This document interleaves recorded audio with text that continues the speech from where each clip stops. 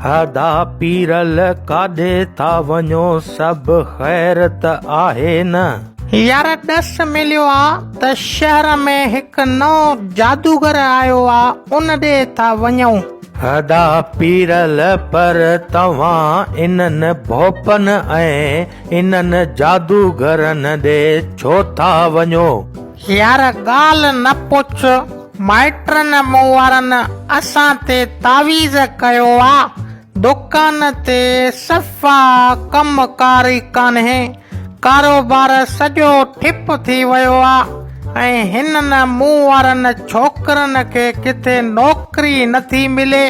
घर में को बि सुकून कान्हे, हर तरफ़ बंदिश लॻी पई आ। इहो सॼो जादू ऐं तावीज़नि जो असर आहे।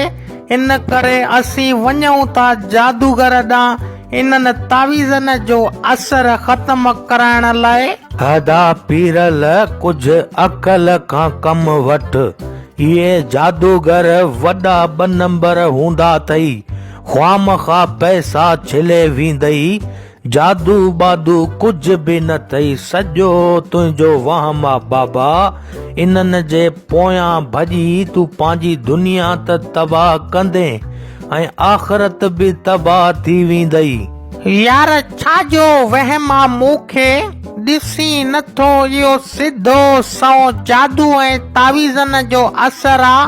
ही छोरा मूं वारा वेले ते असुल 10 मानियूं था दॿनि, पर तॾहिं बि वज़न नथो वधे न। सफ़ा अगट विझणीअ वांगुरु सना लॻा पिया आहिनि। आए ॾींहुं घरनि में झेड़ा झगड़ा। इहो सॼो मुंहिंजे माइटनि जो कमु आ, उहे तावीज़ था कनि असां ते। मूंखे कंहिं सलाह ॾिनी आ त शहर में हिकु जादूगर आयो आ, 70,000 वठी करे 7 ॾींहं कड़ो चाढ़े असुल जादुई असर खे ख़त्म करे थो विझे।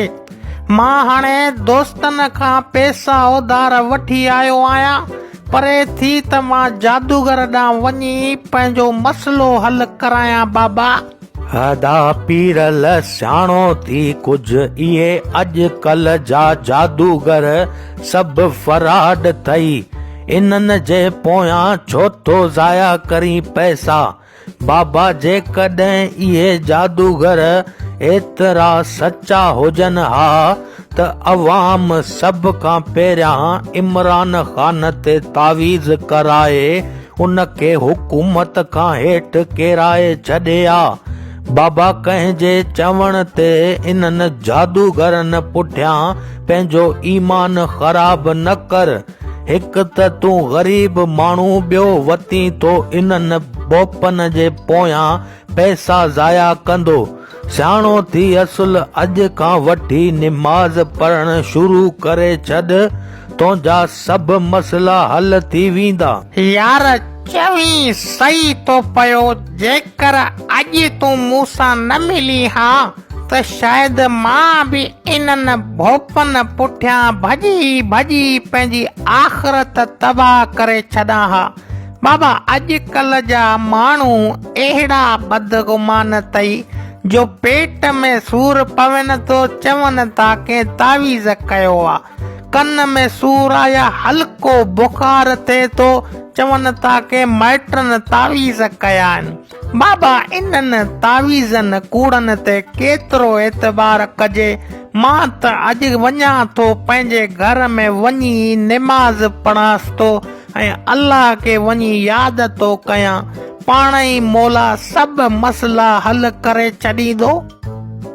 दोस्तों वधीक वीडियोस ॾिसण लाइ फयाज़ मुग़ल नाले असांजे हिन फेसबुक पेज खे लाइक करियो ऐं हिन वीडियो खे वधि में वधि शेयर करियो।